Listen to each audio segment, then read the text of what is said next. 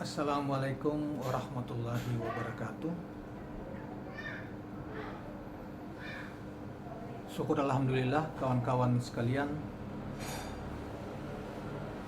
kembali kita berjumpa di Jejak Semesta 65 Channel dalam keadaan sehat walafiat. Saudara sekalian, saya berharap bahwa kita semua selalu dalam keadaan lindungan Tuhan yang Maha Kuasa, Sang Pencipta, memelihara kehidupan dunia dan pencipta silih berganti siang dan malam, dan silih berganti kehidupan dan kematian. Semoga kita dalam keadaan baik, yang selalu diridai Allah SWT, sehingga keyakinan kita atau iman selalu terjaga dan dimudahkan segala urusan. Saudara sekalian, syukur alhamdulillah setelah menanti kurang lebih 2 tahunan, hampir 3 tahun, kitab Futuhat Al-Makkiyah jilid ke-6 akhirnya diterbitkan juga. Tadi saya baru di pesanan saya 3 hari lalu lah, kurang lebih 2 hari lalu. Alhamdulillah hari ini sudah tiba ya, Futuhat Al-Makkiyah jilid ke-6 ya, jilid ke-6. Saudara sekalian, Futuhat Al-Makkiyah adalah salah satu karya masterpiece dari Syekh Akbar Ibnu Arabi, sang sufi yang amat terkenal di kurang lebih 1000 tahun yang lalu di sepanjang sejarah intelektual Islam, bahkan keulamaan Islam.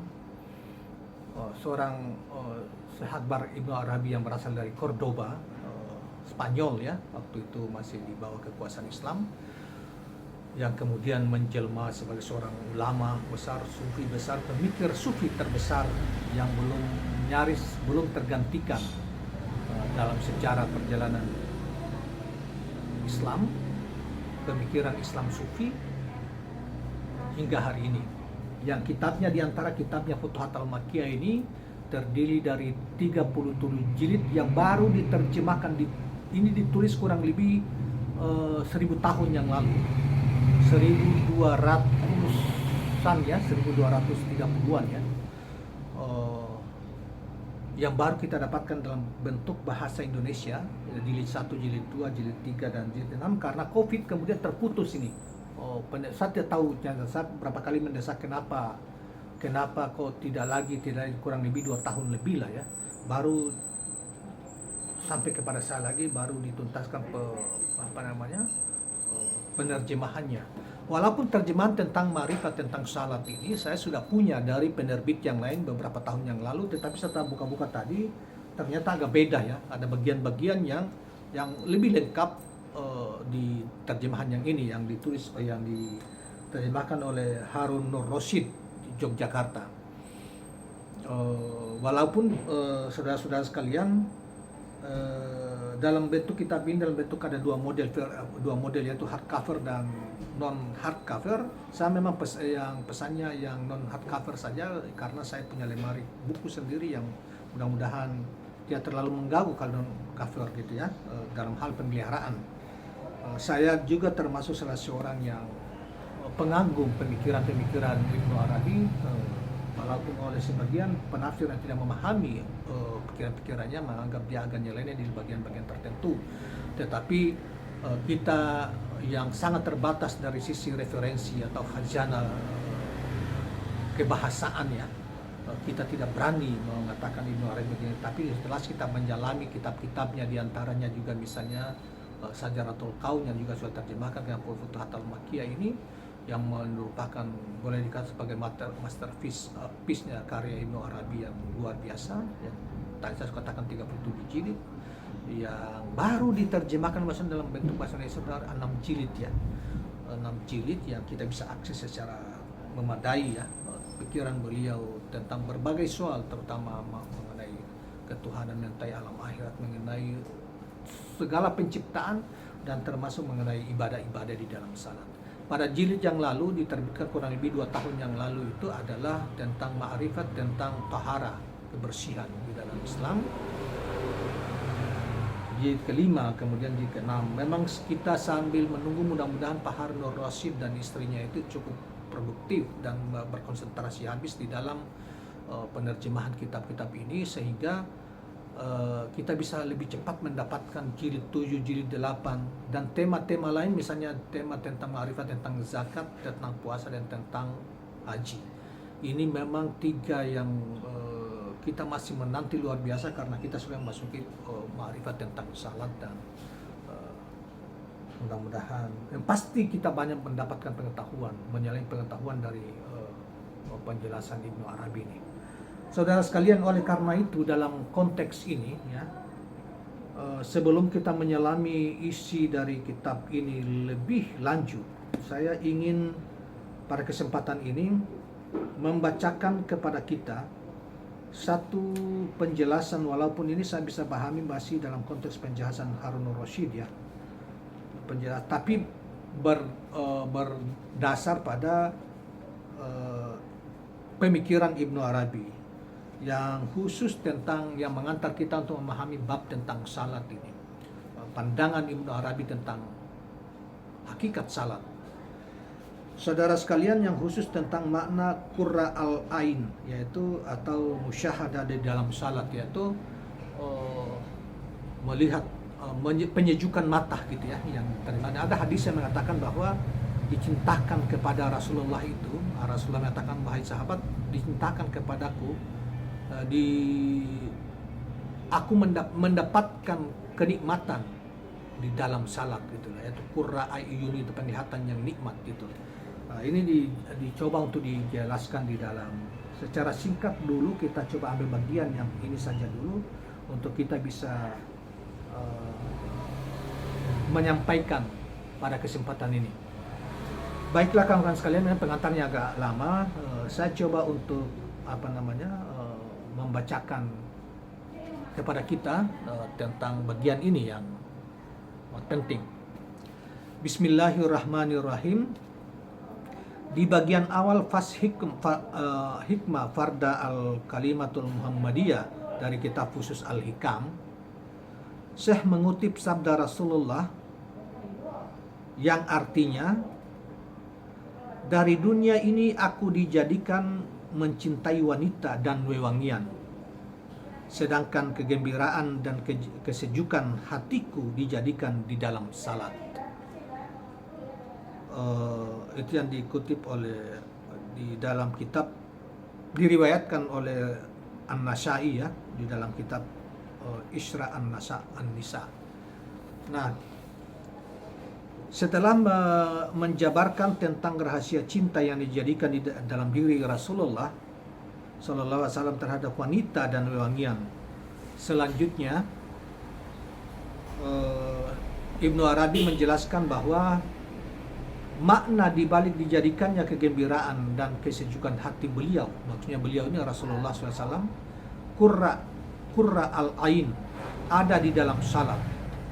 Dari segi bahasa, kata qurrah adalah masdar dari qurra yang bisa berarti tinggal atau menetap di suatu tempat, atau bisa juga berarti dingin atau sejuk. Jadi secara harfiah, kata qurra al-ain berarti sesuatu yang membuat seseorang merasa senang hingga tidak mengalihkan pandangannya kepada yang lain. Qurra al-ain dijadikan di dalam salat karena salat adalah musyahadah atau penyaksian akan Tuhan. Saat penyaksian terjadi, hamba akan merasa begitu senang dan gembira hingga tidak akan mengalihkan pandangannya kepada selain Tuhan. Jadi yang dimaksud dengan qurra al-ain di dalam salat adalah Tuhan yang ia lihat dan saksikan, yang membuatnya begitu gembira dan merasakan kesejukan di dalam hati sampai-sampai tak mau lagi berpaling daripadanya. Bagaimana salat bisa menjadi musyahadah atau penyaksian? Di dalam dapat diruntun atau dirunut dari posisi salat sebagai munajat sebagaimana yang disampaikan di dalam al-hadits. Karena salat adalah munajat, maka ia menjadi zikir. Dan barang siapa yang berzikir mengingat al-haq, maka ia telah duduk bersama al-haq dan dia pun duduk bersamanya. Allah Subhanahu wa taala berfirman di dalam hadits qudsi sebagai berikut. Artinya, aku adalah teman duduk siapapun yang berzikir mengingatku. Saat orang yang memiliki penglihatan sedang duduk dengan seseorang, maka ia pasti bisa melihat dan menyaksikan teman duduknya. Beda halnya jika orang tersebut tidak memiliki penglihatan. Jadi apabila orang yang salat memiliki penglihatan dan dijadikan Allah Subhanahu wa taala dapat melihat, ia pasti bisa menyaksikan al-haq yang menjadi teman duduk yang menjadi teman duduknya di dalam salat. Demikian bagaimana proses penyaksian atau musyahadah dan melihat Allah Subhanahu wa taala ru'yah terjadi di dalam salat.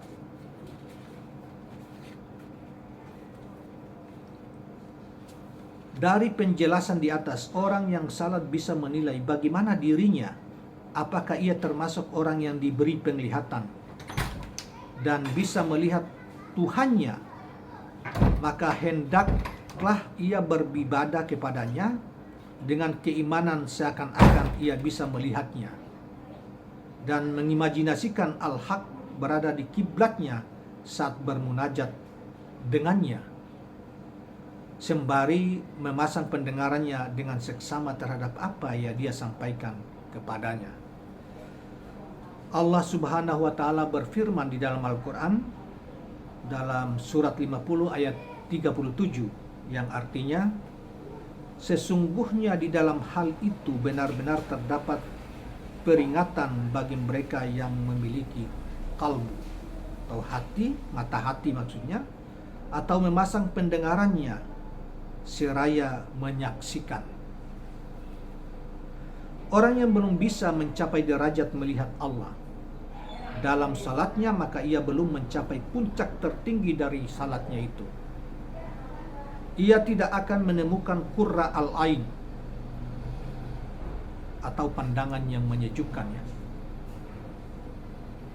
di dalamnya karena belum bisa melihat dan menyaksikan al-haq yang menjadi teman munajatnya. Orang yang belum bisa mendengar jawaban al-haq di dalam munajatnya ketika salat, maka ia bukan termasuk orang yang memasang pendengarannya. Maka ia belum termasuk orang yang memasang pendengarannya dengan seksama. Bagi mereka yang belum bisa melihat al-haq dan mendengar jawaban-jawabannya ketika salat, setidaknya ia harus memiliki kalbu yang hadir bersamanya. Karena jika tidak, maka ia tidak bisa disebut sebagai orang yang salat sama sekali. Berdasarkan ayat di atas, kesempurnaan hamba di dalam menangkap peringatan-peringatan Allah, baik dalam maupun di luar salat, menuntut keberadaan 3 hal, yaitu yang pertama, kalbu yang hadir bersama Allah, kedua, pendengaran yang terpusat kepadanya, dan ketiga adalah penyaksian. Tingkat kesempurnaan salat hamba tergantung pada beberapa jauh 3 hal tersebut terimplementasi dalam dirinya ketika salat. Kemudian di dalam hadis tentang qurra al-ain di atas, Rasulullah SAW memakai kata ju'ila atau dijadikan, ya. Jadi dijadikan. Yang hadisnya tadi kita sudah bacakan redaksinya,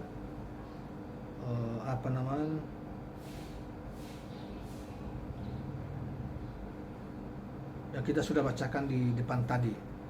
Jadi ju'ila dijadikan dengan kata kerja bersifat pasif atau pasif.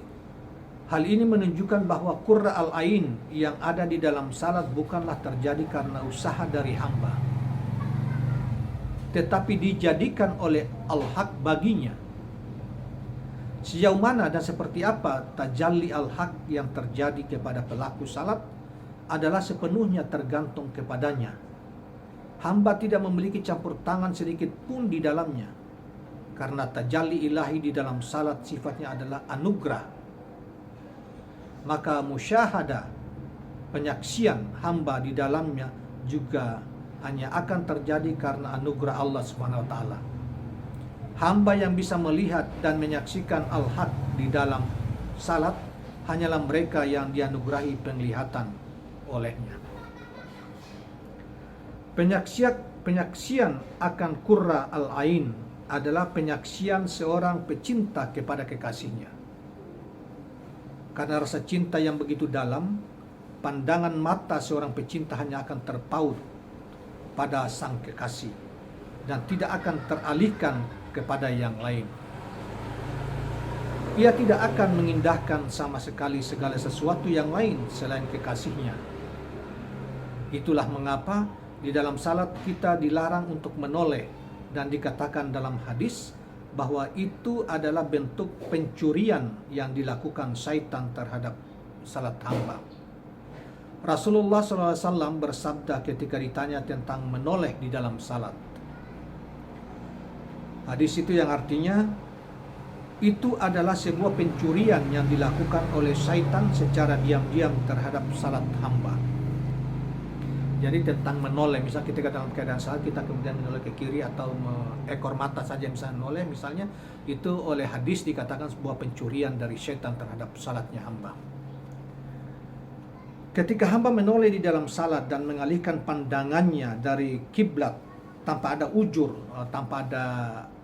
itu maksudnya gangguan ya, ada sesuatu yang penghalang gitu ya, tanpa ada ujur yang diperbolehkan oleh syariat, baik dengan indera maupun kalbunya, maka syaitan akan mencuri dan merampas keberkahan berupa musyahadah penyaksian terhadap sang maha kekasih dari salat hamba. Saat itu hamba akan tersifati dengan sifat jauh yang menjadi karakteristik syaitan dan terputus dari musyahadah atau penyaksian.